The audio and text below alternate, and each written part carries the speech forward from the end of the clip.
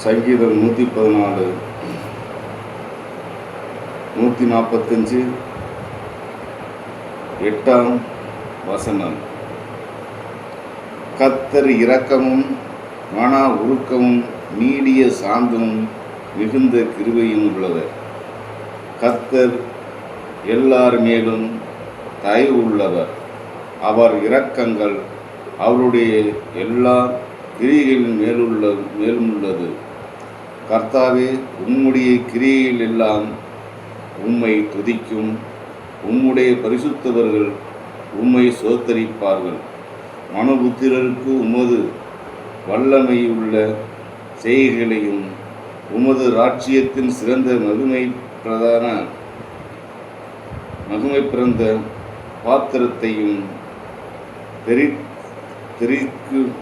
தெரிவிக்கும்படிக்கு உமது ராஜ்யத்தின் மகிமையை அறிந்து உமது வல்லமையை குறித்து பேசுவார்கள்.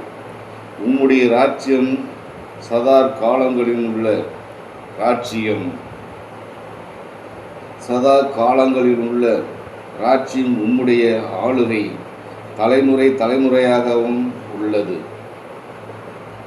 கர்த்தர் விழுகிற யாவருக்கும் தாங்கி, விழுகிறவர் யாவரையும் தாங்கி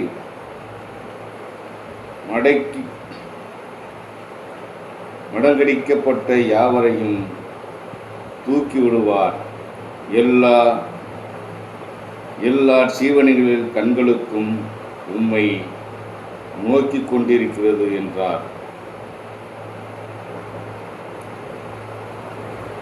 வெளியிலே நீர் அவர்களுக்கு ஆரங்கள் கொடுக்கிறீர். நீர் உமது கையை திறந்து சகல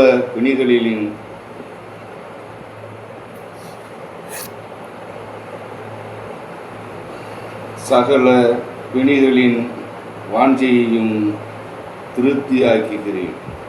கர்த்தர் தமது வழிகளெல்லாம் நீதி உள்ளவரும் தமது கிரிகளிலெல்லாம் கிருபை உள்ளமாயிருக்கிறார்.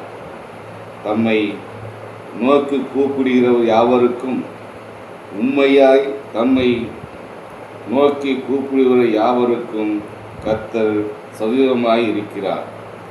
அவர் தமக்கு பயந்தவர்களுடைய விருப்பத்தின்படி செய்து